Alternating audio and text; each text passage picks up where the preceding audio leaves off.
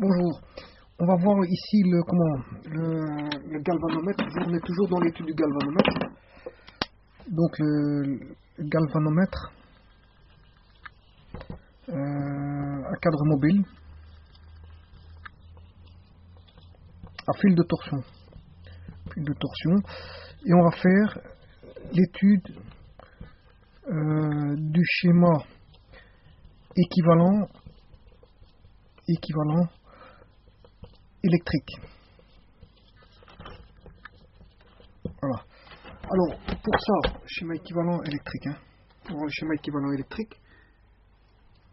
Pour ça, on considère que le galvanomètre à fil de torsion,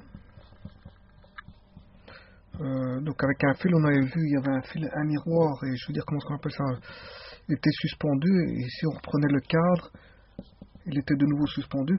Eh bien, comme il y avait des spires, on a un circuit, je veux dire des spires en cuivre ou en aluminium, qu'on avait dit. Donc ce sont des spires avec une self d'auto-induction L et une résistance R galvanomètre. Bon, à ça, bien sûr, on peut mettre un générateur extérieur, E, plus moins, voilà, avec bien sûr une résistance d'utilisation. Voilà, c'est un petit peu le même circuit que l'autre fois, sauf que que le circuit qu'on avait étudié concernant le galvanomètre à cadre mobile avec aiguille à aiguille. Ici, c'est un peu le même circuit, sauf qu'on a négligé le L. Par contre, ici, on va pas le négliger parce qu'il va se négliger par après. On verra comment le négliger, ce paramètre-là. Voilà, donc ici, on a la tension plus moins, tension continue. Voilà. Donc ici, on va regrouper le circuit magnétique avec la résistance du galvanomètre sous forme d'un générateur. Un générateur comme ceci, avec une force électromotrice. Donc c'est comme si on avait un générateur. On a E, la résistance d'utilisation, et on a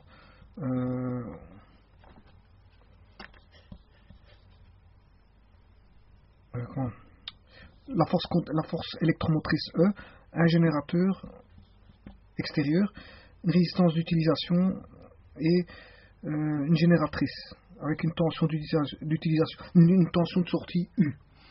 Alors, comment ferait-on les équations? Alors, les équations, c'est la tension U. Si je regarde ces deux bornes-ci, j'appelle les bornes ici A, B. Que vaut la tension AB?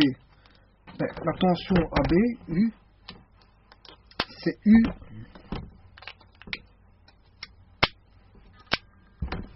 donc en AB on a la tension U fournie par la self et la résistance le U est fourni par la self et la résistance du galvanomètre. Donc on a U égale R fois I, si un courant de passage bien sûr, I, R fois I plus L DI sur DT moins E. Voilà. C'est mon point de départ de l'équation. Maintenant, il faut trouver le petit E. Petit E, c'est égal à moins d phi sur dt, où le phi est le flux coupé.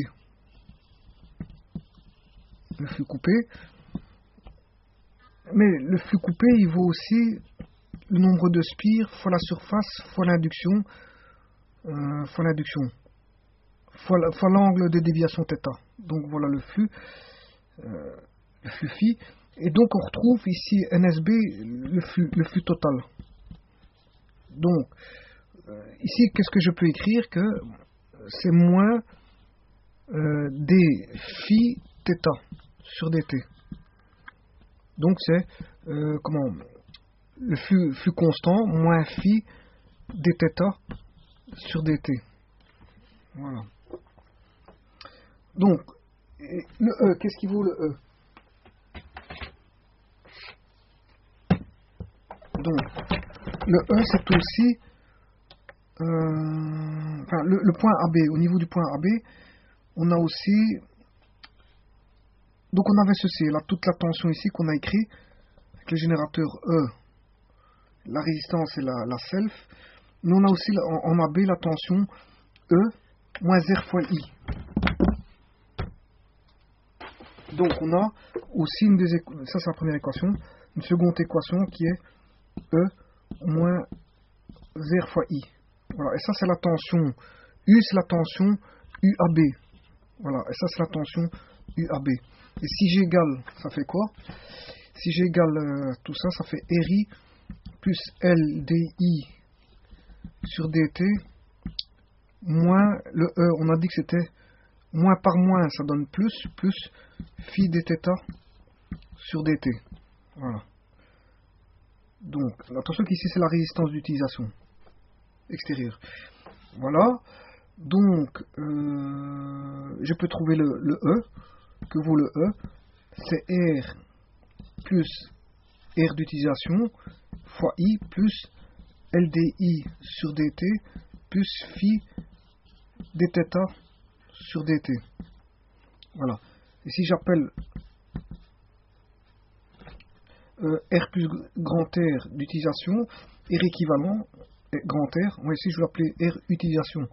R utilisation, donc c'est la résistance équivalente fois I, plus L DI sur dt, plus phi dθ sur dt.